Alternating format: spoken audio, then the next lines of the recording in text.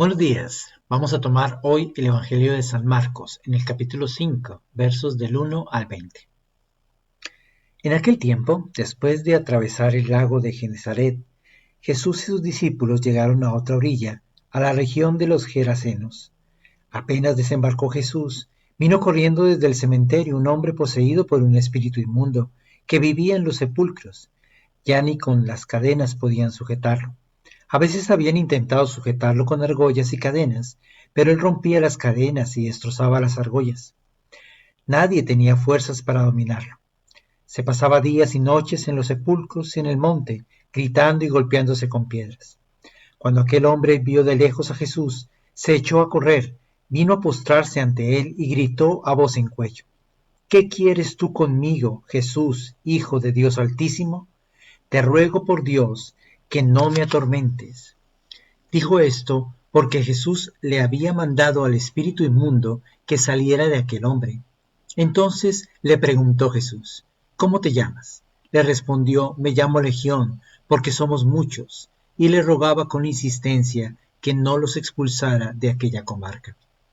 Había allí una gran piara de cerdos que andaban comiendo en la falda del monte. Los espíritus le rogaban a Jesús: Déjanos salir de aquí para meternos en estos cerdos, y él se los permitió. Los espíritus inmundos salieron del hombre y se metieron en los cerdos, y todos los cerdos, unos 2000, se precipitaron por el acantilado hacia el lago y se ahogaron. Los que cuidaban los cerdos salieron huyendo y contaron lo sucedido en el pueblo y en el campo. La gente fue a ver lo que había pasado. Se acercaron a Jesús y vieron el antes endemoniado, ahora en su sano juicio, sentado y vestido. Entonces tuvieron miedo, y los que habían visto todo les contaron lo que le había ocurrido al endemoniado y a los cerdos. Ellos comenzaron a rogarle a Jesús que se marchara de su comarca. Mientras Jesús se embarcaba, el endemoniado le suplicaba que lo admitiera en su compañía, pero él no se lo permitió y le dijo: Vete a tu casa, a vivir con tu familia, y cuéntales lo misericordioso que ha sido el Señor contigo. Y aquel hombre se alejó de ahí y se puso a proclamar por la región del Decápolis lo que Jesús había hecho por él, y todos los que lo oían se admiraban. Palabra del Señor. Gloria a ti, Señor Jesús. Siempre partimos de la afirmación de que el hombre es esencialmente bueno, y así es, puesto que fuimos creados por Dios, y Dios no hace adefesios, ni basura, ni cosas malas. Él nos ha hecho bien.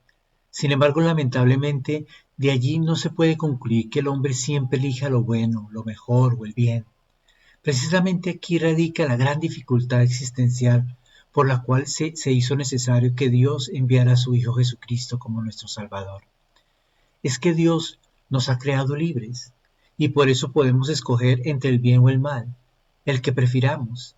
Obviamente lo que nos conviene, lo sensato, lo que tendríamos que escoger es el bien, pero por muchos motivos no siempre lo hacemos así.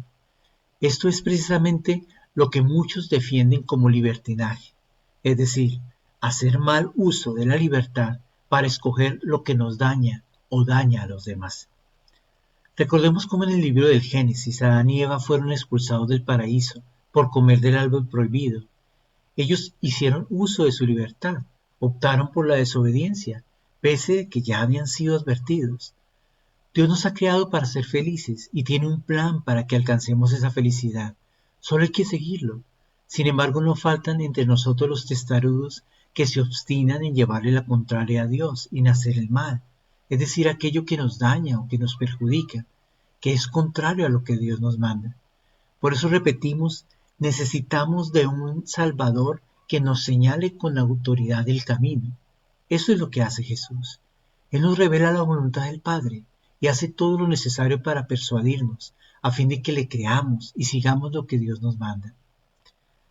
Pero la cruda realidad es que no son pocas las veces en las que consideramos que Dios está equivocado y que nosotros tenemos mejores planes que Él. Aunque no lo digamos abiertamente, eso es lo que expresan nuestros actos. Nuestros planes son mejores que los de Dios, según nosotros. Ahora bien, ¿qué tiene que ver esto con la historia que leemos hoy en el Evangelio? Bien, Al sitio en que llega el Señor habían muchos poseídos por el demonio, y especialmente había uno que era insoportable, según se nos relata en el Evangelio.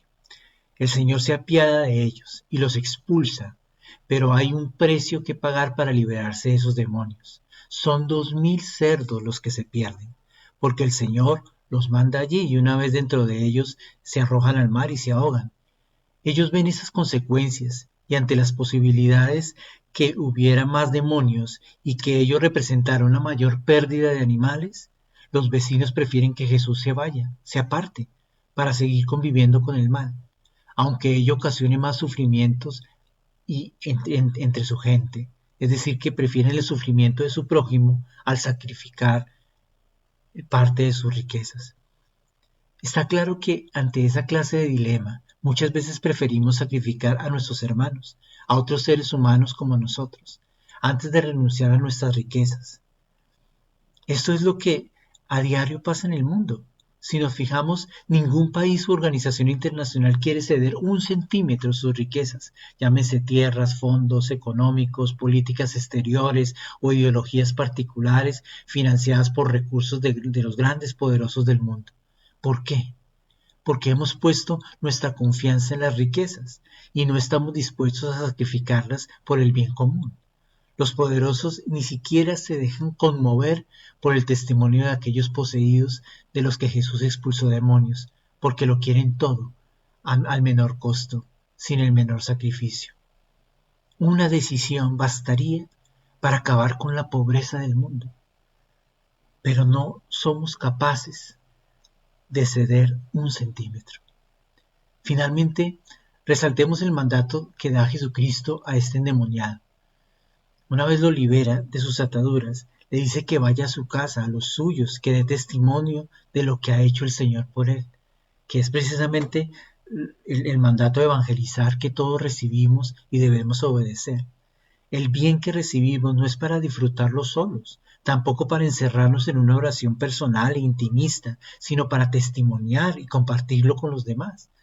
Los cristianos, una vez recibido el Espíritu Santo y por lo tanto expulsados todos nuestros demonios y los malos espíritus, debemos salir hacia los demás, hacia nuestros hermanos para llevarles la palabra de Dios e invitarlos a la conversión, compartiendo todo lo que tenemos, compartiendo toda la misericordia que el Señor ha tenido con nosotros. El testimonio de vida es el que realmente lleva a las demás personas a la conversión y es el mejor exorcismo para una sociedad.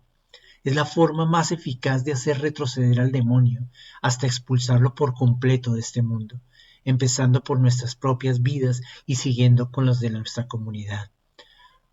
Cuando uno descubre el poder de Dios, es tan conmovedor que uno quisiera que ese instante nunca terminara, hacer tiendas y quedarnos a vivir ahí para siempre, como le sucedió a Pedro y Santiago y a Juan en su experiencia de la transfiguración, porque uno experimenta una paz que es indescriptible, que nos da miedo perder. Exorcicemos al mundo entero con la fuerza del amor y la entrega desinteresada. Quien se siente amado solo quiere amar, y Dios es amor, y cuando el amor está en nuestra vida, el demonio no puede existir allí. Gracias, Señor, por la bendición que nos das todos los días de tu palabra, porque cada vez que llenamos nuestro corazón con tu palabra, exorcizamos todo lo malo que puede haber en nosotros. Cuando hacemos propias tus palabras, cuando dejamos que esa palabra penetre en lo más profundo de nuestro ser y se convierta en actos, podemos no solamente exorcizar el mal que hay en nosotros, sino también exorcizar el mal que hay en los demás. Cuánto bien haríamos si habláramos más de ti. Cuánto bien haríamos si esta clase de mensajes llegara a tantas y tantas personas que lo necesitan. Quizás dudamos de la eficacia del mensaje de salvación. Quizás dudamos de la acción que tú puedes hacer en todas las personas que escuchan o ven estos videos, Señor. Danos la gracia, Señor, de ser valientes y transmitir tu palabra a tiempo y a destiempo. No cansarnos nunca de dar testimonio de lo que tú has hecho en nosotros, porque eso es lo que tenemos que hacer, Señor. Gracias por bendecirnos, gracias por liberarnos, gracias porque día a día el bien triunfa sobre el mal. Amén. El Señor esté con vosotros. Y la bendición de Dios Todopoderoso, Padre, Hijo y Espíritu Santo descienda sobre vosotros y os acompañe siempre.